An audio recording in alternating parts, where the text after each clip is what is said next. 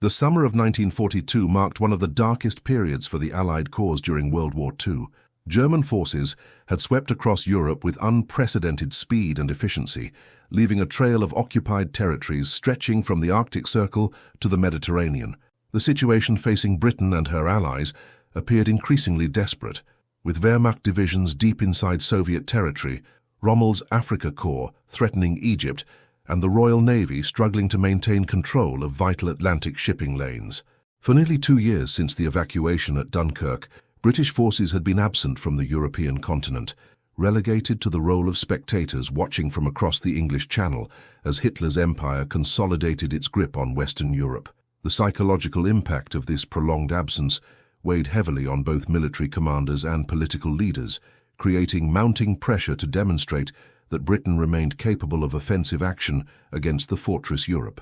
In the corridors of power in London, Winston Churchill faced increasing demands from multiple quarters.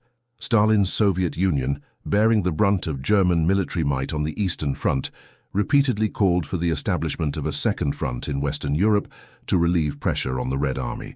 American military leaders, fresh from their entry into the European conflict following Pearl Harbor, pressed for immediate action to establish a foothold on the continent. Meanwhile, Canadian politicians and military commanders, whose forces had been training extensively in Britain, grew restless for their troops to see actual combat rather than endless preparation exercises.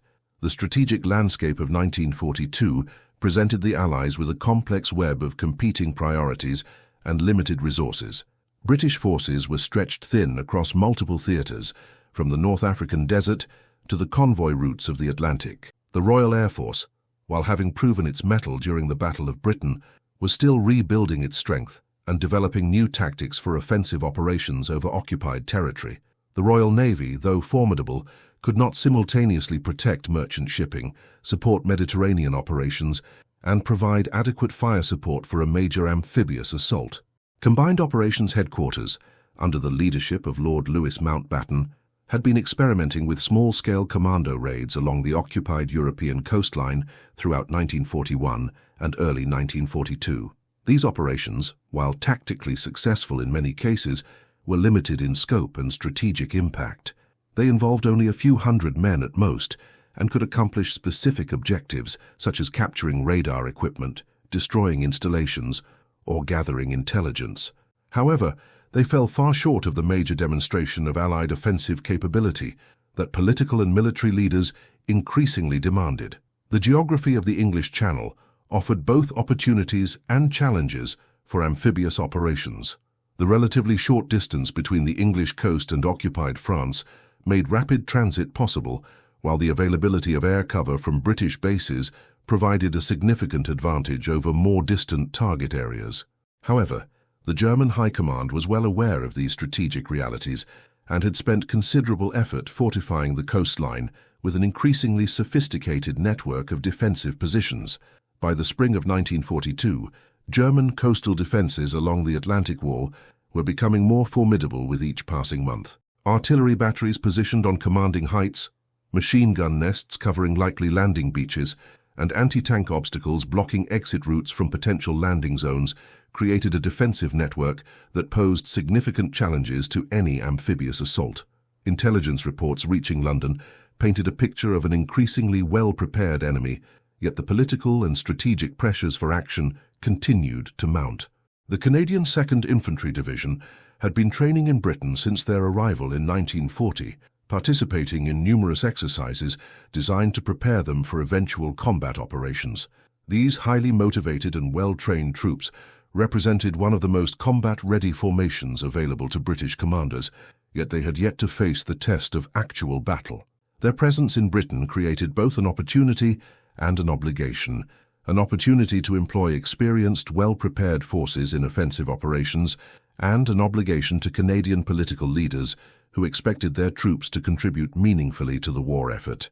As summer approached, the convergence of these various pressures, strategic, political, and tactical, would create the conditions for a decision that would have far-reaching consequences for thousands of young men and for the future conduct of amphibious warfare. The stage was being set for an operation that would test not only the courage and skill of the forces involved, but also the wisdom and judgment of those who would plan and authorize what was intended to demonstrate Allied capability, but would instead become a painful lesson in the complexities and dangers of modern amphibious warfare. The genesis of what would become known as Operation Jubilee began in the spring of 1942 with a far more ambitious concept originally designated Operation Rudder. This initial plan represented a significant escalation from previous commando-style raids, envisioning a force of over 6,000 men conducting a complex amphibious assault on the French port of Dieppe. The selection of Dieppe as a target reflected both practical considerations and strategic miscalculations that would prove costly in the months ahead. Dieppe presented planners with what appeared to be an attractive target for several reasons. The port town sat at the mouth of the River Arques, providing access to the English Channel through a natural harbour that had served maritime commerce for centuries. Its location along the coast of Normandy placed it within easy reach of fighter aircraft operating from British bases, ensuring that any assault force would have continuous air cover throughout the operation. The town's size made it significant enough to serve as a meaningful demonstration of Allied capability, while still being manageable for the forces available. However, beneath these apparent advantages lay geographical challenges that should have given planners considerable pause. The coastline around Dieppe was dominated by imposing white chalk cliffs that rose dramatically from narrow beaches. These natural formations created a natural amphitheater where defending forces positioned on the heights could direct devastating fire down onto anyone attempting to land on the beaches below. The beach itself consisted not of sand, but of smooth stones and pebbles that would prove treacherous for both men on foot and tracked vehicles attempting to gain traction. The original Operation Rudder plan attempted to address these geographical challenges through a combination of airborne and seaborne assaults designed to neutralize the commanding heights before the main force attempted to land. Paratrooper units would be dropped inland to capture key positions and artillery batteries, while commandos landed on the flanks would scale the cliffs to attack defensive positions from behind. Naval bombardment from offshore vessels and heavy bombing by the Royal Air Force would suppress remaining defenses, creating a window of opportunity for the main assault force to land, occupy the town for 48 hours, and then withdraw with valuable intelligence and prisoners. This comprehensive approach recognized the fundamental challenge of amphibious warfare, the extreme vulnerability of forces during the critical transition from ship to shore. Military theorists had long understood that successful amphibious operations required overwhelming superiority at the point of landing, achieved through careful coordination of naval gunfire, air support, and ground forces. The initial Rudder plan incorporated these principles, albeit with forces and resources that may have been insufficient for the ambitious objectives set forth. As planning progressed through the spring of 1942, however, the operation began to undergo a series of modifications that would fundamentally alter its character and chances of success. The Royal Navy, concerned about exposing capital ships to German air attack in the confined waters of the English Channel, withdrew its commitment to provide heavy cruisers for naval gunfire support. This decision eliminated a crucial element of the fire support plan, leaving the assault force without the heavy artillery preparation that doctrine called for in attacking fortified positions. The Royal Air Force, citing operational priorities and concerns about daylight bombing missions over heavily defended targets, cancelled the planned heavy bomber strikes that were to precede the assault. Instead, they offered to provide fighter cover and light bombing support using squadrons of single-engine aircraft. While this maintained air superiority over the landing beaches, it eliminated the massive preparatory bombardment that was intended to neutralize German defenses before the troops landed. Perhaps most significantly, military planners decided to replace the complex combined airborne and seaborne assault with a more straightforward frontal attack on the port. This decision eliminated the flanking movements that were designed to capture the commanding heights around Dieppe, leaving the main assault force to attack directly into the teeth of German defenses positioned in ideal defensive terrain. The rationale for this change appeared to be a desire to simplify the operation and reduce the number of variables that could go wrong, but the effect was to concentrate the entire force against the enemy's strongest positions. These modifications transformed Operation Rudder from a complex but tactically sound combined arms operation into something that more closely resembled a frontal assault against a fortified position, precisely the type of attack that military doctrine advised against, unless absolutely necessary. The planners appeared to believe that surprise, speed, and the quality of their forces could overcome the disadvantages inherent in their revised approach, but they were essentially gambling with the lives of thousands of men on assumptions that had not been tested under combat conditions. The intelligence picture available to planners was incomplete and, in some cases, dangerously misleading. Aerial reconnaissance had failed to identify several key German defensive positions, including artillery batteries, positioned to cover the landing beaches with devastating crossfire. The strength and disposition of German garrison forces in the Dieppe area were imperfectly understood, leading to underestimates of the resistance that would be encountered. Most critically, planners failed to appreciate the extent to which German commanders had anticipated and prepared for exactly the type of assault that was being planned. As summer arrived and the final preparations for Operation Rutter neared completion, fate intervened in the form of German air activity over the assembly areas in southern England. A German air raid happened to pass directly over the fleet of vessels loaded with assault troops, raising concerns that the enemy might have discovered the planned operation. Rather than risk proceeding with a compromised mission, British commanders made the prudent decision to cancel Operation Rutter entirely. However, the political and strategic pressures that had driven the original planning remained unchanged, and within weeks of the cancellation, the operation was revived under a new name, Operation Jubilee. The plan remained essentially unchanged from the modified version of Rutter, retaining all the compromises and limitations that had been introduced during the planning process. The forces would still conduct a frontal assault on Dieppe without heavy naval gunfire support, without preparatory bombing, and without the flanking movements that might have neutralized the commanding defensive positions. This decision to proceed with a previously cancelled operation would prove to be one of the most fateful choices made by Allied commanders during the war. The stage was now set for an encounter that would test the courage of thousands of young men against defensive positions that had been specifically designed and prepared to defeat exactly the type of attack they were about to launch. The late summer of 1942 found the ports and staging areas of southern England bustling with activity as Operation Jubilee took its final shape. The complexity of assembling, equipping, and coordinating a force of over 6,000 men for a combined amphibious operation represented one of the largest logistical undertakings attempted by Allied forces to that point in the war. The success or failure of the operation would depend not only on the courage and skill of the individual participants, but on the countless details of planning, preparation, and coordination that would determine whether the various elements could work together effectively under the extreme stress of combat.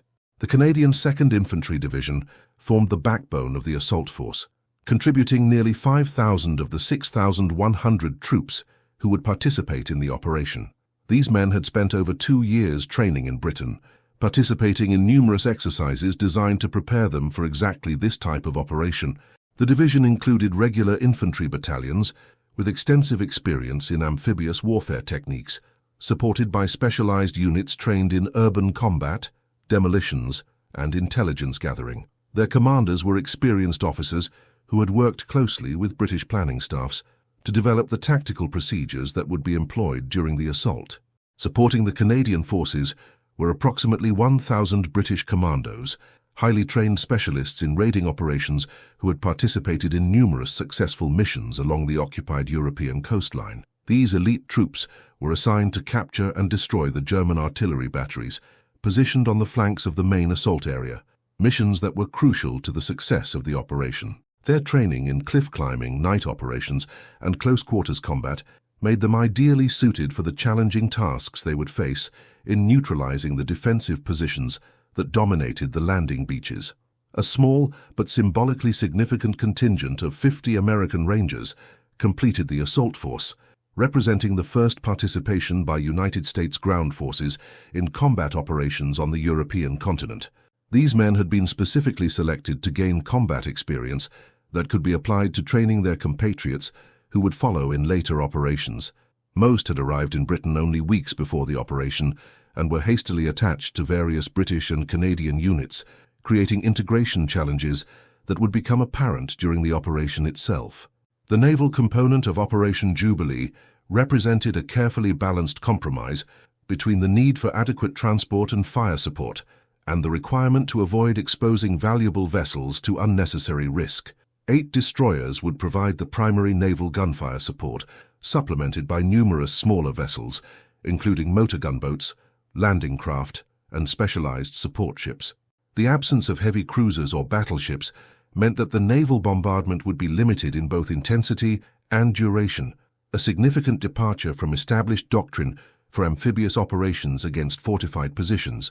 Air support for the operation reflected both the capabilities and limitations of the Royal Air Force in the summer of 1942. 74 squadrons would participate in various roles, with 8 squadrons from the Royal Canadian Air Force contributing to what would become the largest single-day air operation over the European continent up to that point in the war. Fighter squadrons would provide continuous cover over the landing beaches, while light bombers would attack specific targets identified by ground forces.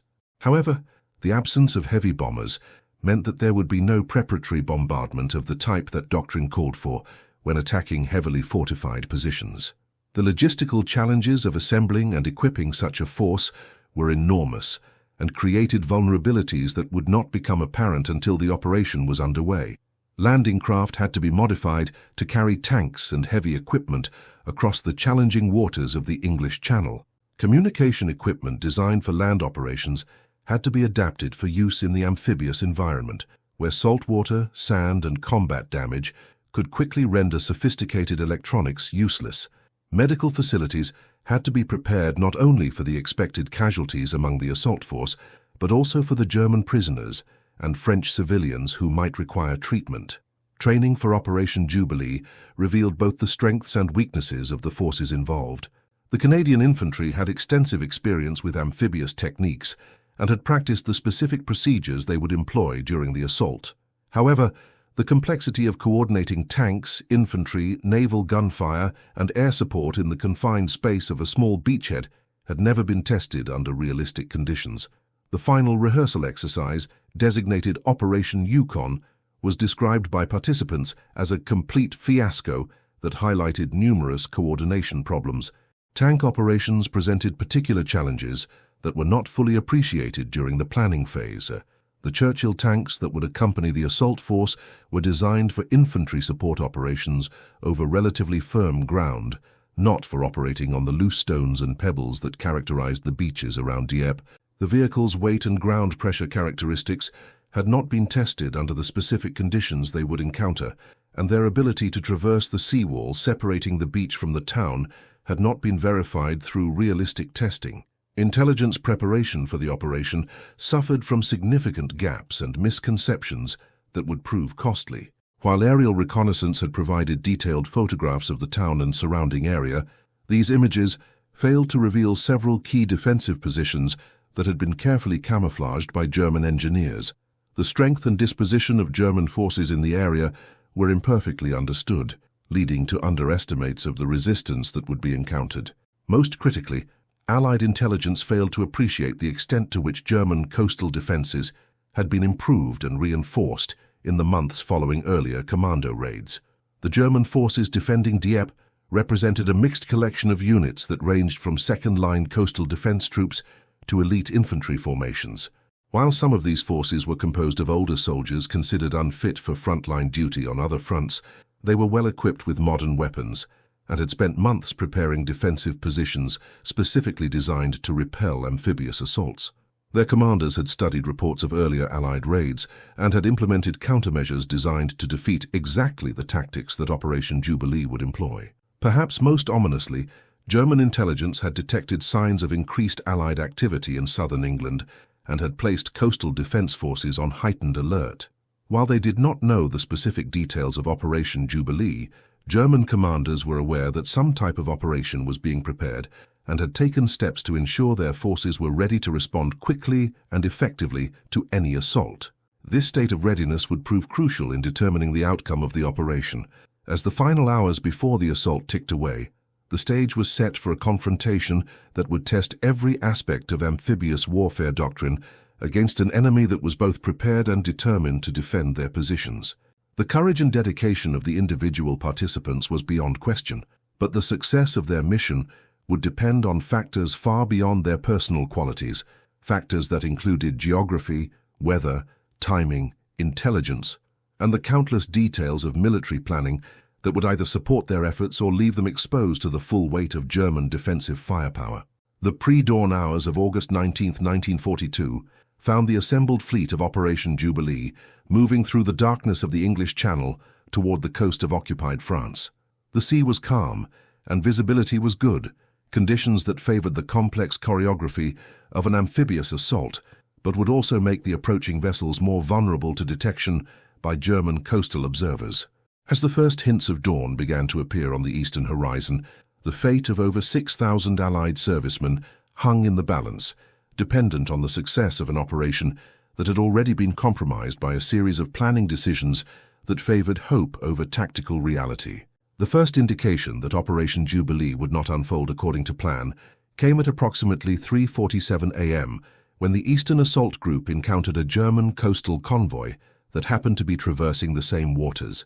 What followed was a brief but violent naval engagement that shattered the silence of the pre-dawn darkness and alerted German coastal defenses to the presence of Allied forces in the area.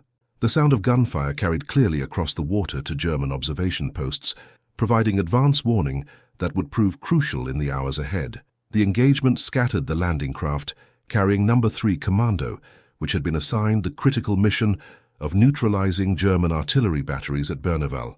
Most of the unit never reached shore, and those who did land found themselves vastly outnumbered and unable to accomplish their primary objective. However, a small group of 20 commandos managed to reach positions within firing range of the German battery, and through accurate sniper fire, prevented the guns from engaging the main assault fleet for over 2 hours. This heroic action, while ultimately unsuccessful in achieving its primary objective, demonstrated both the courage of individual participants and the importance of the missions that had been compromised by the pre-dawn encounter. The loss of surprise had immediate and cascading effects on every aspect of the operation. German coastal defense units, alerted by the sound of combat, manned their positions and prepared to receive the assault that they now knew was coming. Communication systems that had been operating on routine schedules switched to combat readiness, enabling rapid coordination between observation posts, artillery batteries, and reserve formations. Most critically, the carefully timed sequence of landings that was designed to capture key positions before German forces could react effectively was now compromised from the outset. At Puy, on the eastern flank of the main assault area, the Royal Regiment of Canada encountered the nightmare scenario that amphibious planners had most feared. The narrow beach was commanded by towering cliffs, where German machine gun positions had clear fields of fire across the entire landing area.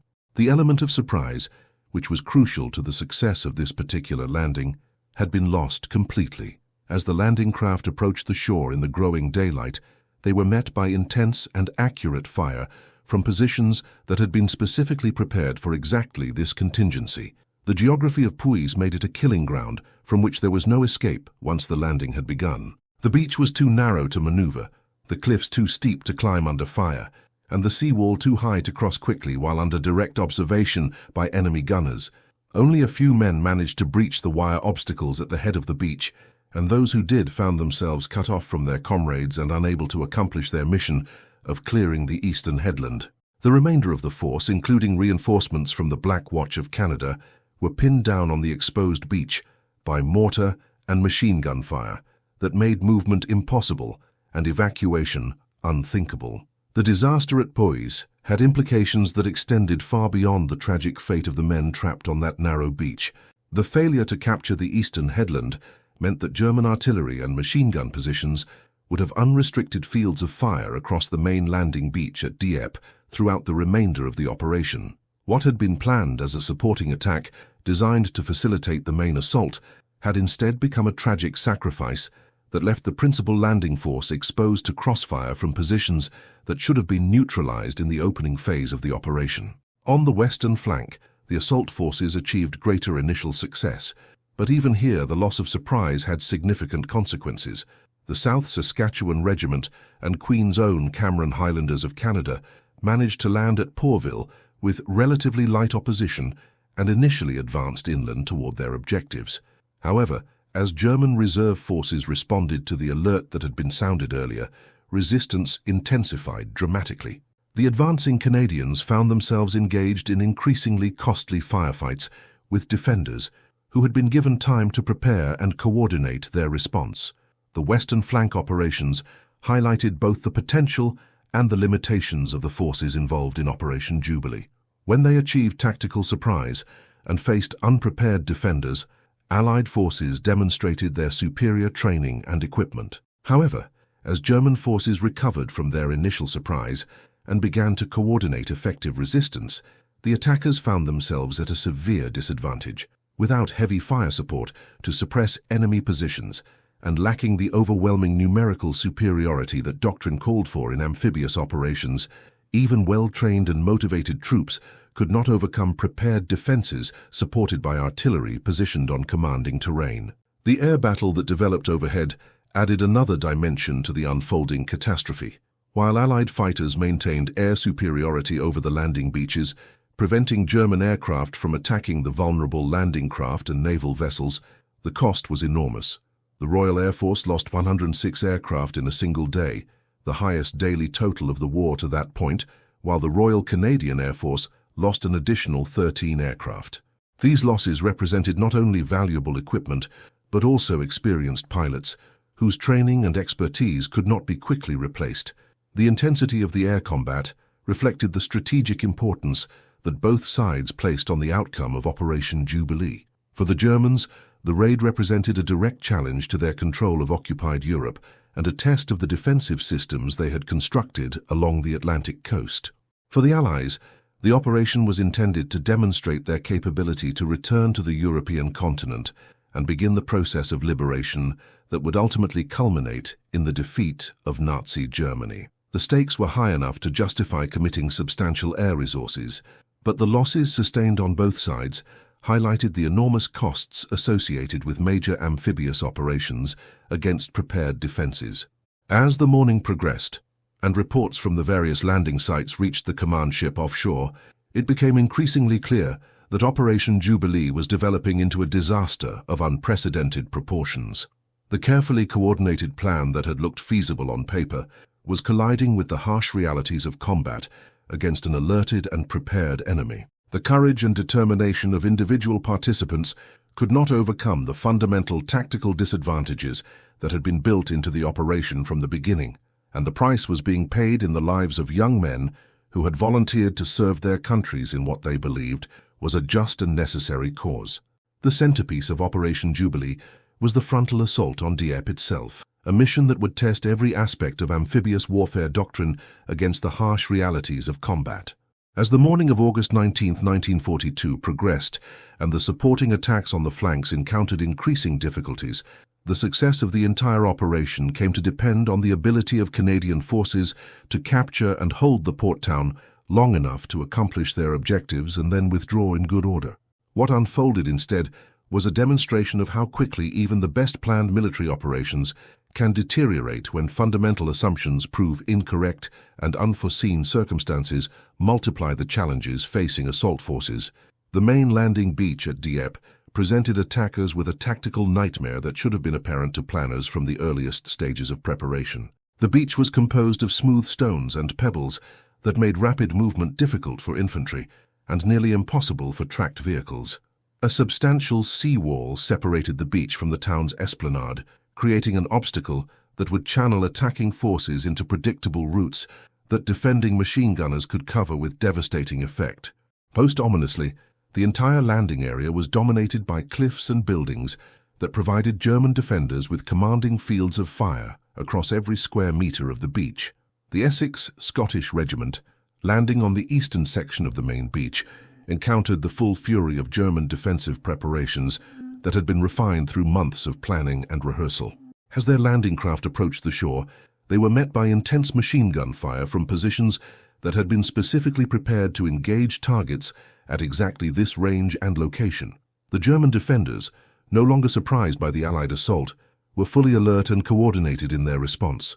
Every attempt to breach the seawall was met by concentrated fire that made organized advance impossible and individual movement extremely hazardous. The tactical situation facing the Essex Scottish illustrated the fundamental flaw in the planning of Operation Jubilee.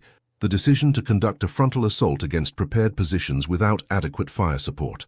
Military doctrine developed through centuries of warfare had consistently demonstrated that attacking fortified positions required either overwhelming numerical superiority or massive fire support to suppress defending forces during the critical moments when attackers were most vulnerable. Operation Jubilee provided neither, leaving brave men to attempt the impossible against defenders who held every tactical advantage. The tragedy deepened when garbled communications from the beach led General Roberts, commanding the operation from his headquarters ship offshore, to believe that the Essex Scottish had successfully established themselves in the town. Based on this mistaken assessment, he ordered the reserve battalion Les Fusiliers Mont-Royal to land and reinforce what he thought was a successful assault.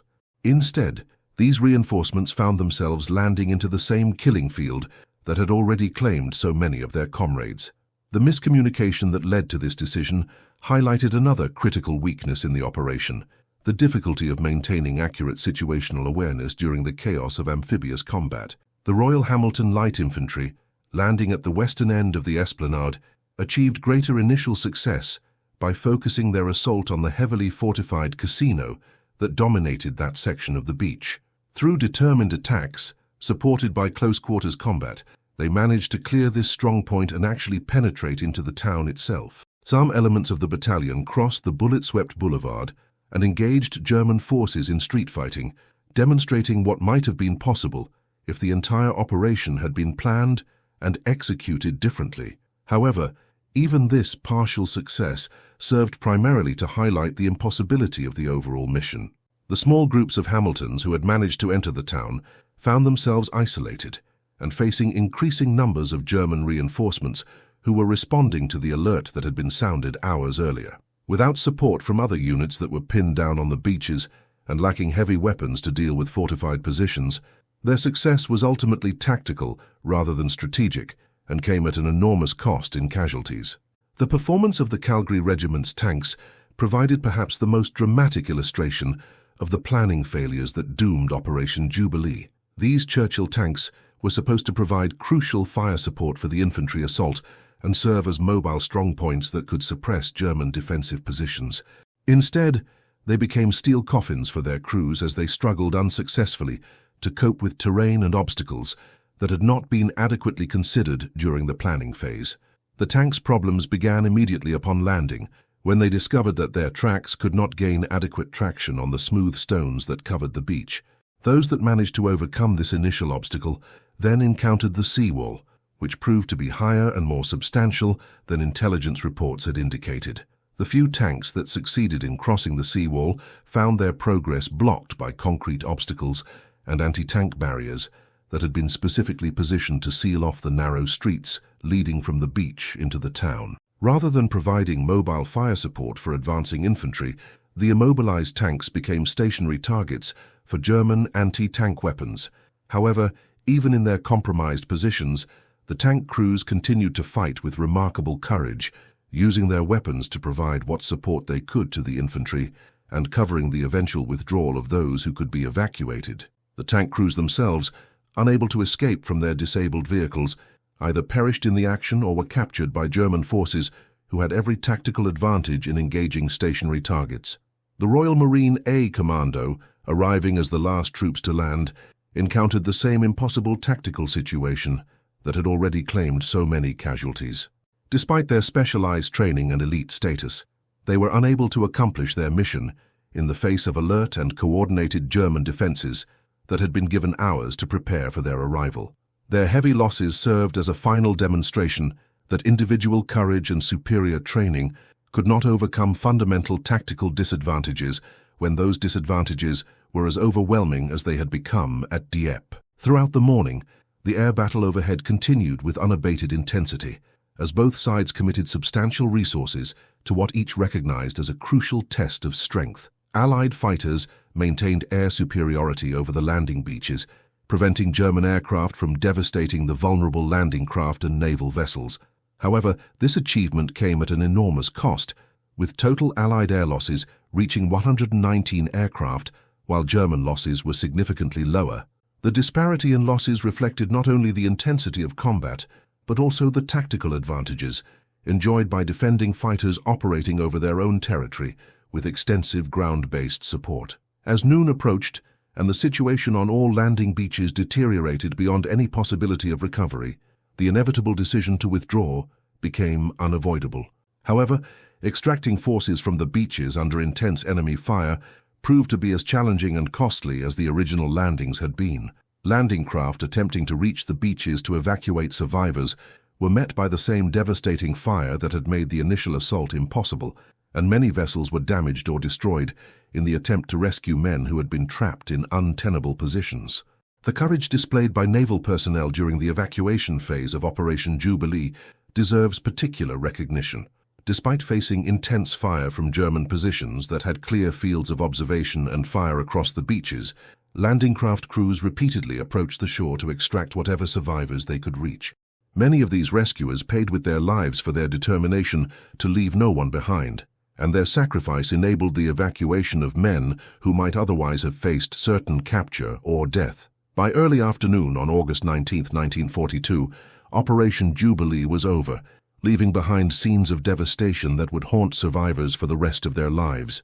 The beaches that had been intended as the launching point for a demonstration of Allied capability had instead become a graveyard for hundreds of young men whose courage had been squandered by planning failures and tactical miscalculations that should have been apparent from the beginning. The price of these failures would be measured not only in immediate casualties, but in the lessons that would have to be learned through bitter experience, rather than through careful analysis and preparation. The silence that settled over the beaches of Dieppe on the afternoon of August 19, 1942, was broken only by the sounds of German forces securing their positions and beginning the grim task of dealing with the aftermath of the most costly Allied operation of the war to that point.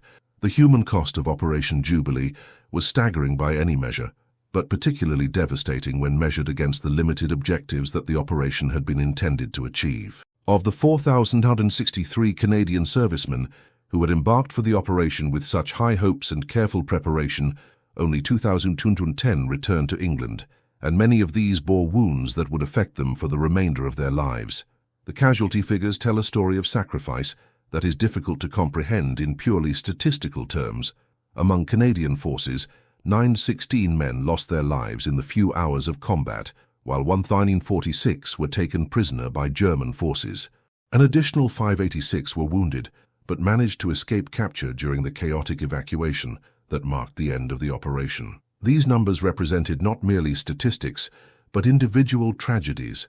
Young men who had volunteered to serve their country and who had trained extensively for an operation that they believed would contribute meaningfully to the Allied cause. The losses among other Allied contingents were proportionally similar, though smaller in absolute numbers. British forces sustained 275 casualties, including 52 fatalities, while the small American Ranger contingent lost 3 killed, 3 captured, and 5 wounded out of only 15 men who actually reached the beaches. These figures highlighted both the international character of the operation and the universal nature of the tactical challenges that had made success impossible, regardless of the nationality or training of the forces involved. Naval and Air Force casualties added another dimension to the cost of Operation Jubilee. The Royal Navy lost 75 men killed or died of wounds, with an additional 269 missing or prisoners. The Royal Air Force suffered 62 fatalities in what became its costliest single day of the war to that point, while the Royal Canadian Air Force lost 13 airmen. These losses represented not only human tragedy, but also the destruction of expensive equipment and the loss of highly trained personnel whose replacement would require months or years of intensive preparation. The immediate German response to Operation Jubilee revealed both their surprise at the scale of the operation and their satisfaction with the effectiveness of their defensive preparations. Wehrmacht analyses of the operation were highly critical of Allied planning, noting that the plan had been done down to the last detail, limits the independence of action of the subordinate officers, and leaves them no opportunity to make independent decisions. German commanders also observed that the air and naval support provided to the assault forces was not nearly sufficient for the ambitious objectives that had been set for the operation. More significantly, the German High Command drew strategic lessons from Operation Jubilee that would influence their defensive preparations for the remainder of the war. In October 1942, the Oberkommando der Wehrmacht issued orders stressing the importance of fixed coastal defensive batteries and the urgent need to strengthen them and reinforce them with additional troops. These orders also emphasized the necessity of achieving and maintaining complete air superiority over landing beaches, lessons that would be incorporated into the construction of the Atlantic Wall fortifications that would defend against the eventual Allied invasion of Normandy. The strategic implications of Operation Jubilee extended far beyond the immediate tactical lessons that could be drawn from the failed assault. For the German High Command, the operation demonstrated that the Allies were indeed capable of mounting large-scale amphibious operations and were actively preparing for an eventual invasion of occupied Europe. This knowledge accelerated German defensive preparations and led to the commitment of additional resources to coastal fortifications that might otherwise have been deployed to other theaters of operations. For Allied planners, Operation Jubilee provided a harsh education in the complexities and requirements of amphibious warfare against prepared defenses. The operation revealed critical deficiencies in intelligence gathering, fire support coordination, and tactical planning that would need to be addressed before any successful large-scale invasion could be attempted. Perhaps most importantly, it demonstrated the absolute necessity of achieving local superiority through careful preparation rather than hoping that courage and determination alone could overcome fundamental tactical disadvantages. The lessons learned from Dieppe would prove instrumental in the planning of Operation Overlord, the successful invasion of Normandy that took place almost exactly 2 years later. Allied planners specifically addressed each of the major failures that had contributed to the disaster at Dieppe. Instead of attacking a defended port where coastal fortifications could concentrate their fire, the Normandy invasion targeted open beaches where assault forces could deploy more effectively. Instead of relying on limited naval gunfire support, Operation Overlord employed massive bombardments from battleships and heavy cruisers that could suppress defensive positions during the critical phases of the assault. Perhaps most significantly, the Normandy planners solved the critical problem of port facilities that had made Dieppe an attractive target despite its defensive advantages. Rather than attempting to capture existing ports that would inevitably be heavily defended and might be destroyed during the assault, Allied engineers developed the innovative Mulberry Harbour system that allowed them to create artificial ports on the invasion beaches themselves. This technological breakthrough eliminated the need to attack the most heavily defended positions along the enemy coastline while still providing the logistical capabilities necessary to sustain large-scale operations. The development of specialized equipment for amphibious operations represented another crucial area where the lessons of Dieppe influenced later Allied success. The difficulties encountered by Churchill tanks on the stone beaches of Dieppe led to the development of specialized armor and engineering vehicles designed specifically for beach operations. Floating tanks, obstacle clearing devices, and specialized landing craft were all developed in response to problems that had been identified during Operation Jubilee. The human cost of Operation Jubilee continued to resonate long after the immediate tactical lessons had been absorbed and applied. The families and communities that had lost sons, husbands, and fathers in the operation faced a grief that was compounded by questions about whether their sacrifice had been necessary or meaningful. For survivors, the psychological trauma of witnessing such devastating losses under circumstances that many believed could have been avoided created wounds that would never fully heal. The debate over the value and necessity of Operation Jubilee began almost immediately after the operation concluded and has continued among historians and military analysts ever since. Some argue that the operation was a necessary reconnaissance in force that provided crucial intelligence and experience for later successful operations. Others contend that the losses were unjustifiable given the limited objectives and the availability of alternative methods for gathering the required information and experience. What remains indisputable is that Operation Jubilee represented a turning point in Allied understanding of amphibious warfare and contributed significantly to the eventual success of later operations. The courage and sacrifice of the men who participated in the operation were not in vain, even though the immediate objectives were not achieved. Their experience, purchased at such a terrible price, helped ensure that future Allied amphibious operations would be planned and executed with a realistic understanding of the challenges involved and the resources required for success. The beaches of Dieppe, which had witnessed such tragedy on August 19, 1942, would eventually see Allied forces return in triumph on September 1, 1944, when Canadian units liberated the town as part of the successful advance following the Normandy invasion.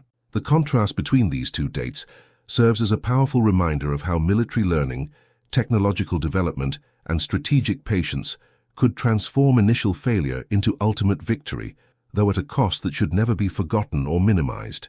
The transformation of Operation Jubilee from a failed military operation into what military historians would later describe as an invaluable textbook on amphibious warfare represents one of the most profound examples of learning from adversity in modern military history.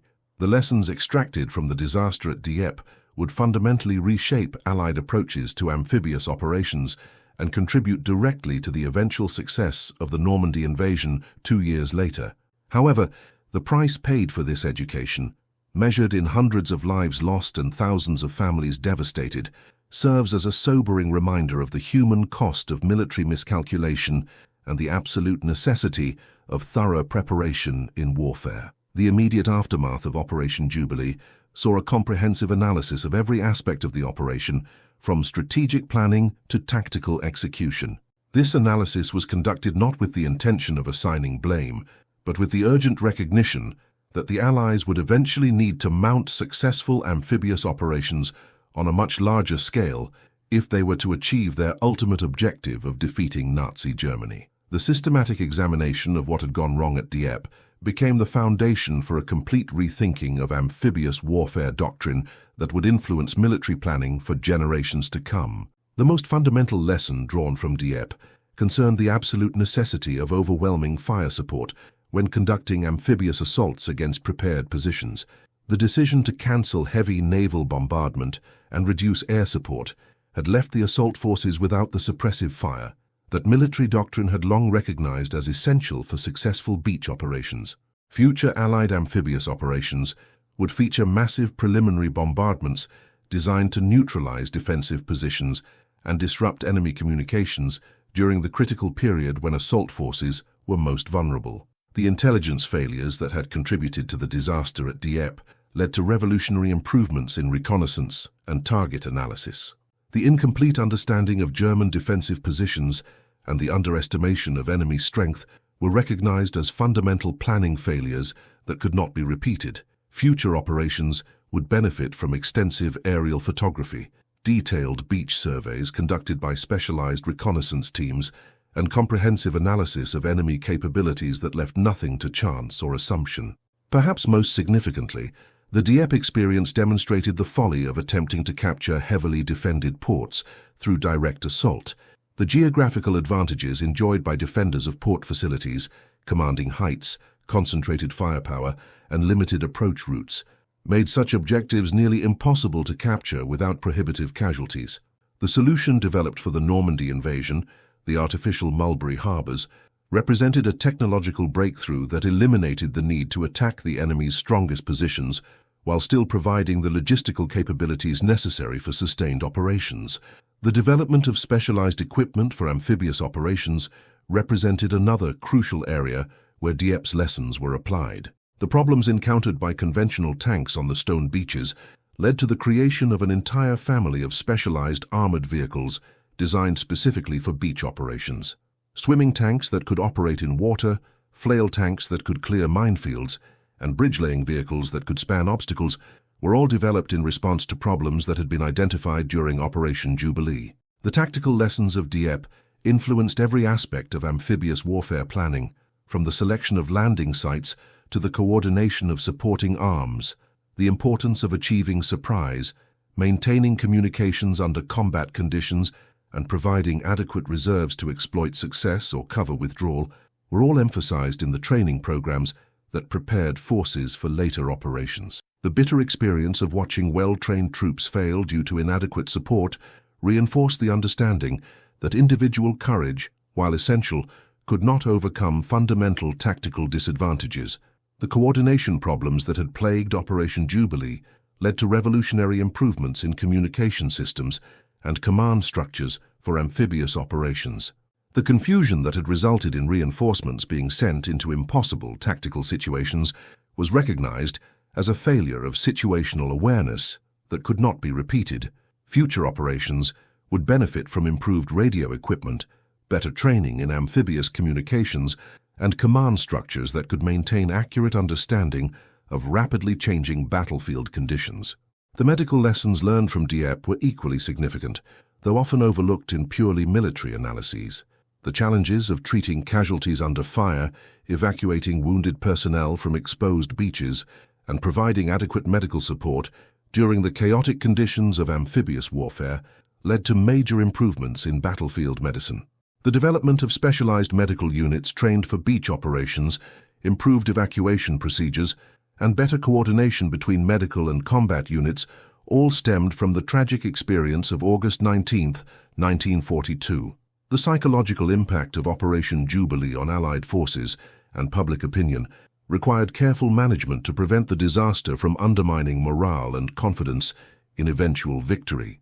Military leaders recognized that the operation's failure could not be hidden or minimized, but they also understood the importance of framing the experience as valuable preparation for future success rather than as evidence of Allied inadequacy. The narrative that emerged of a costly but necessary learning experience helped maintain public support while ensuring that the tactical lessons were absorbed and applied. The strategic implications of Dieppe extended far beyond its immediate tactical lessons, influencing Allied planning for the remainder of the war.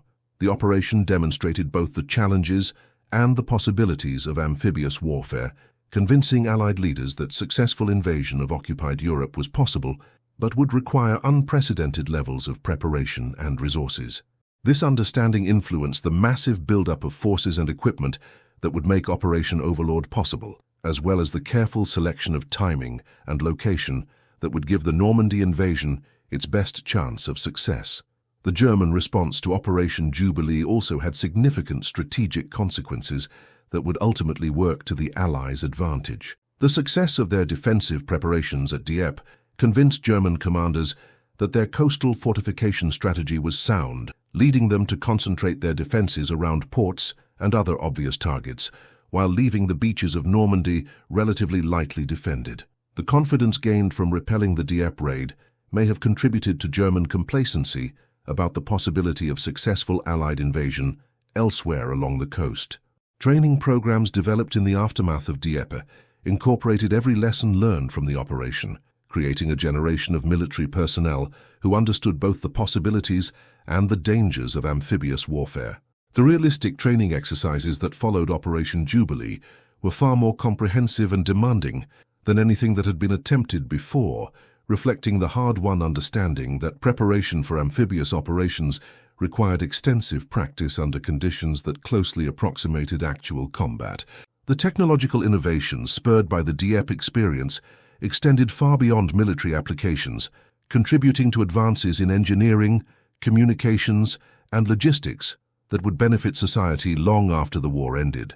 The artificial harbor technology developed for the Normandy invasion would influence port construction for decades, while improved amphibious vehicles would find applications in civilian rescue and construction operations.